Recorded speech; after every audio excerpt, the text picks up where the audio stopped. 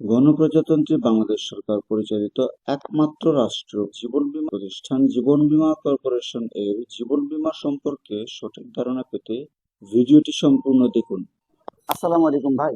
আমি জীবন বীমা সম্পর্কে কিছুই জানি না, কিন্তু মাঝে মাঝে জীবন বীমার দু একজন আমার পরিচিত উন্নয়ন কর্মী ভাই আছে, আমাকে বোঝানোর চেষ্টা করে, কিন্তু আমি তখন সময় দিতে পারি নাই। তো আমি এই জিনিসটা বোঝার জন্য আপনার কাছে আসলাম। এখন আমি একেবারে এটা সম্পর্কে কিছুই জানি না, আমাকে কিছু আইডিয়া দেন যেন আমি জিনিসটা সম্পর্কে একটু ভালোভাবে জানতে পারি। আসসালামু আলাইকুম। আপনাকে অনেক ধন্যবাদ, আপনি যে প্রশ্নটা করেছেন। আসলে শুধু আপনি নয়, আরো অনেকেই জীবন বীমা কি এবং কেন এটা তারা জানে না। জীবন বীমা আসলে লাইফের জন্যই যে বীমা করা হয়। জীবন বীমাটা আসলে কি? এটা হলো আর্থিক নিরাপত্তা এবং জীবনের ঝুঁকি জীবন বীমা কর্পোরেশনকে দিয়ে দেওয়া। এখন এই আর্থিক নিরাপত্তা এবং জীবনের ঝুঁকিটা আসলে কি?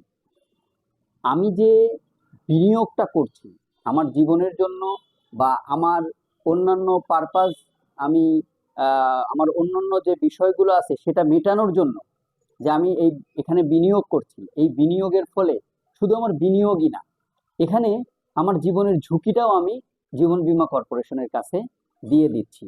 সেটা কিরকম? যদি এরকম হয় যে আমি এখানে বিনিয়োগ করলাম, বিনিয়োগ করা শুরু করে দিলাম, এখন শুরু করার পরে এমনও তো হতে পারে যে আমি বাড়ি যেতে যেতে আমার হয়তো আমি নাও দুনিয়াতে থাকতে পারি, তখন আসলে আমার পরিবারের জন্য আসলে কি হবে? তখন এই জীবন বীমা কর্পোরেশন আমাকে যে আর্থিক নিরাপত্তার কথা বলেছে সেটা হলো যে আমি যে এখন আমি চলে গেলাম, এখন যে আমি মারা গেলাম, এই মারা যাওয়ার ফলে আমি যত টাকার বীমা করেছি, আমি যদি একটা বীমার কিস্তিও যদি পরিশোধ করে থাকি, তাও জীবন বীমা কর্পোরেশন ওই আমার যে বীমাকৃত অঙ্ক, সেই বীমাকৃত অঙ্ক এবং আমার অর্জিত বোনাস সহকারে আমার নমিনিকে দিয়ে দেবে।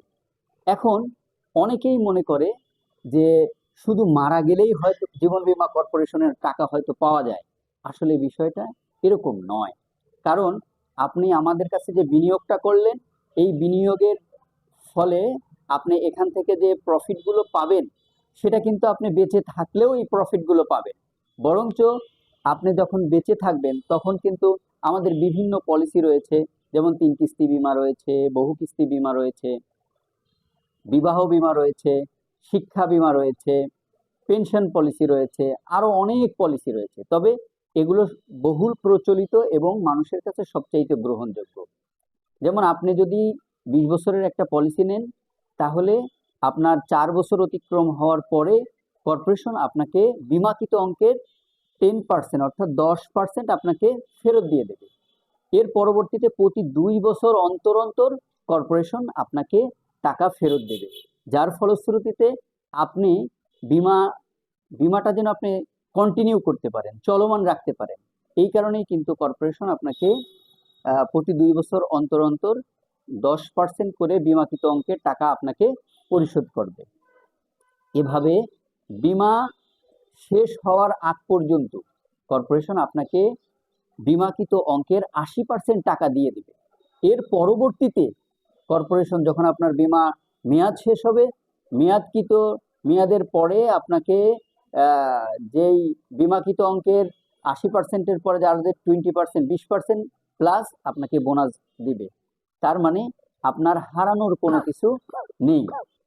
আমি মনে করি জীবন বীমা কর্পোরেশন আর্থিক প্রতিষ্ঠানগুলোর মধ্য থেকে একটা নিরাপদ এবং আস্থার জায়গা, যেখানে আপনি নিশ্চিন্তে বিনিয়োগ করতে পারেন। জীবন বীমা কর্পোরেশন রাজবাড়ী জেলাতে, পরিশেষে আমি এটাই বলবো, আপনার আর্থিক বিনিয়োগ ও আপনার জীবন দুটোই নিরাপদ হোক।